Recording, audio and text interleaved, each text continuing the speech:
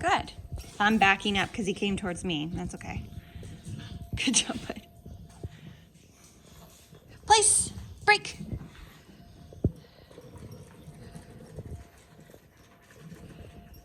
Out.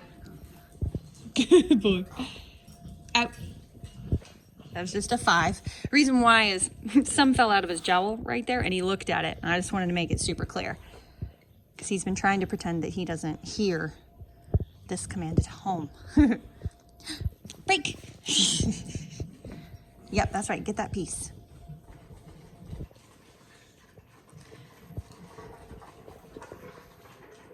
Out. So super neutral tone.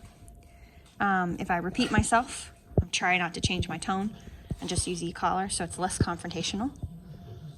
Good job, bud. Come. Yay. Break. Break. So a few times having the leash, he'll like guard his bed and things like that. And a few times going down to pick up the leash, I see like a stiffness or a snarliness will OUT him right away. NO can be a bit of a charged up word. And I've had Dusty out too, which makes him a bit more just edgy and hyper aware of what I'm doing. I'm having another dog out. But anyway, it's just like a layering, another challenge. But anyway, when he shows any signs of that, we'll OUT him. What I found is that he does pretty good on all the beds. He might prove me wrong right now, but he does good on all the beds, except that middle one he really struggles with. That was the first bed he learned on. And the first bed we proved certain behaviors. And so that could be why. Out. Out. I'm going to walk a bit to help him. So my movement kind of helped him. Place. That's all right, place. Good boy. Down. So just practicing this gives more context. Hey, bud. Down. Good boy. Good boy. Excuse you. So this is the hard bed. Out. I'm moving into him. Out. Go on. I bump into him too. That's like a thing that we've desensitized with him too. But I'm making sure I have him on slip leash in case he gets an attitude. Good boy. Down. Especially because sometimes with food, down. Excuse you, with the OUT command, when he OUTs, he'll come to us. And so sometimes it can get confusing with the affection or the attention that he gets as well. He does pretty good. Out. Good boy. Come. Yay. Sit. Good job. That's why I don't want to be mad about any of this. I'm just building context. If he gets corrected, it's usually low levels when we're just training like this because there's no issues. So it's like little reminders. Out.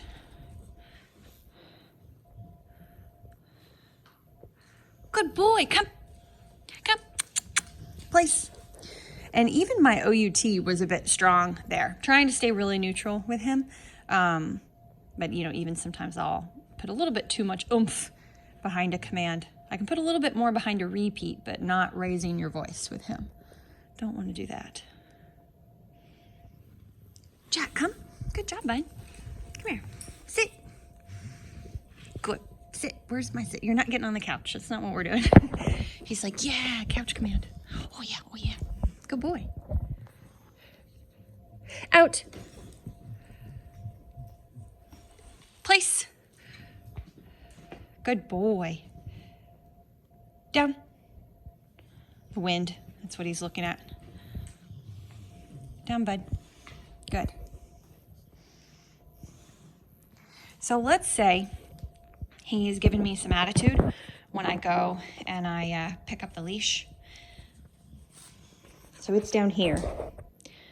I go and pick up the leash and I get this nastiness.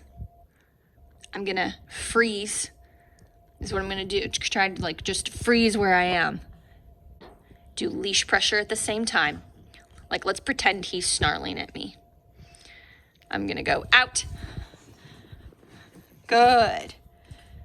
Good boy. So that way, my arm is extended. So if I say OUT and he gives me nastiness, I've got leash pressure straight up in the air, which works really well for him. Good boy. Good job, bud. Out. I gave him, I don't know if you saw, I gave him a little leash guidance on that one. So again, let's pretend. Place. Let me do a wide shot of this actually. I've bent over. First of all, I'm not gonna come and grab the leash facing him directly. He hates that. I'm always gonna come in from the side, okay? If this is the setup, I hope I have this on camera, but I'm actually gonna go and grab the very end of the leash. So let's say the leash got kind of twisted up and it's like right there, okay? So I'm not gonna come in like this and grab it. I'm going to purposefully walk in from the side and pick it up this way. Not even, preferably not even from the front. Like, preferably not even where his head is, to grab it this way. Hey, no. There's kibble on the table that I spilled. But anyway, preferably I wouldn't even come in the direction towards his face. I would come up from behind, not to startle him. He knows I'm there. I don't want to startle him. It's just to be less confrontational. So I'll pick this up. But let's pretend I pick this up.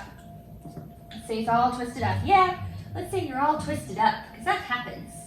And it's right there, okay? I go and pick it up and I get a snarl. I'm gonna immediately, I'm not gonna tap this. Well, I might to test it out. He's done really good with e-collar, but I'm gonna immediately just put my arm in the air and I'm gonna try not to take any big movement forward yet. I wanna see what he's gonna do. And I'm just gonna go out. That way I can see, I can hold him out and away from me. And now they kind of jumped up, I can kind of see where he's at mentally.